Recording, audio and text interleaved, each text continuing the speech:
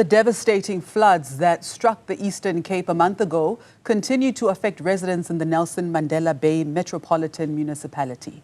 Government committed 6 billion rand for repairs and to providing temporary accommodation for those who were left homeless. But in Kariega, people's homes were reduced to rubble. Our Sipha Kema is there for an update on recovery efforts. Sipha, what can you tell us? Well, Masichaba, we are in Kariega, and the part that we're in is one of the parts, or rather the residents were most affected, where they lost everything.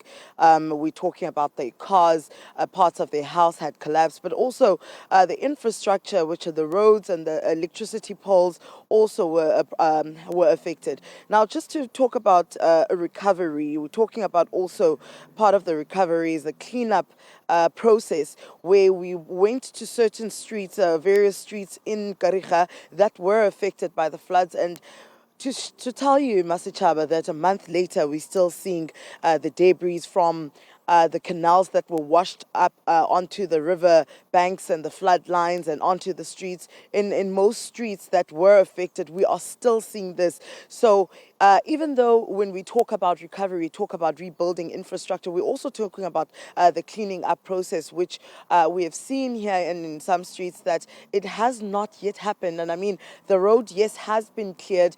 This road was fixed because it was in, we couldn't access the other side of the street. But however, if you look closely enough, you'll see that most parts of it has just been layered with just a thick soil and topped over. But not only that, remember the floods washed away certain parts of the concrete that then revealed the pipes, the water pipes underneath. And we're seeing that the water leak or the burst that we had saw in the sewage as well is still here. This is the sewage that we are talking about here.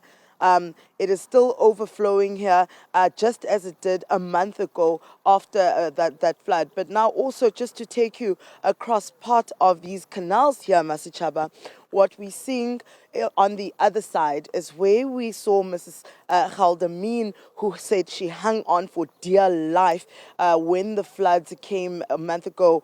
Well, she is over on the next street. Now we're able to see clearly. However, I can tell you that that canal on the other side, that canal on the other side, there's still some debris on the streets, and some parts of the streets there and the road there that was supposed to be fixed is actually looking like what we're seeing in front of us currently.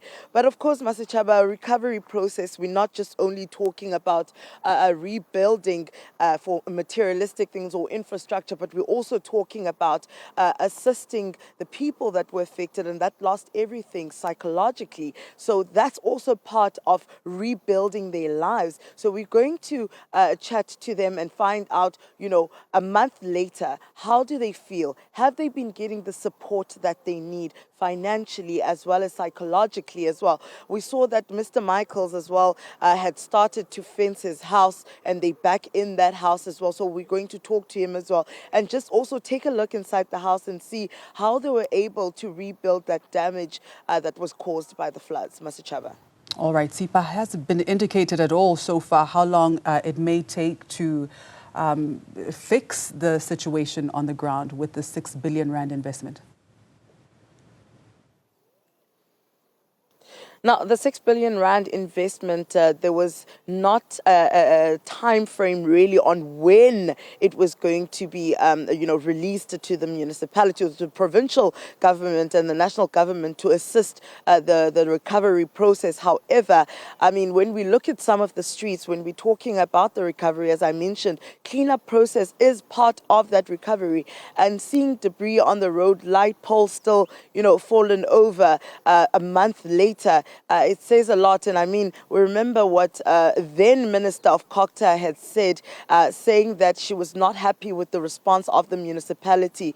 In the aftermath is still the same thing. But also, we're going to reach out to those who were sent to temporary shelters for housing, those that lost their homes and during the floods. We're going to be talking to them as well, just to find out whether, the time frames that were given regarding housing those people, has it been met yet? Has the deadline been met? Because there was a short-term plan, which was putting them into hotels as well as student residence, removing especially the elderly, the single mothers with children and families with small children, moving them from the community halls and from the churches into those student residences and the hotels as well.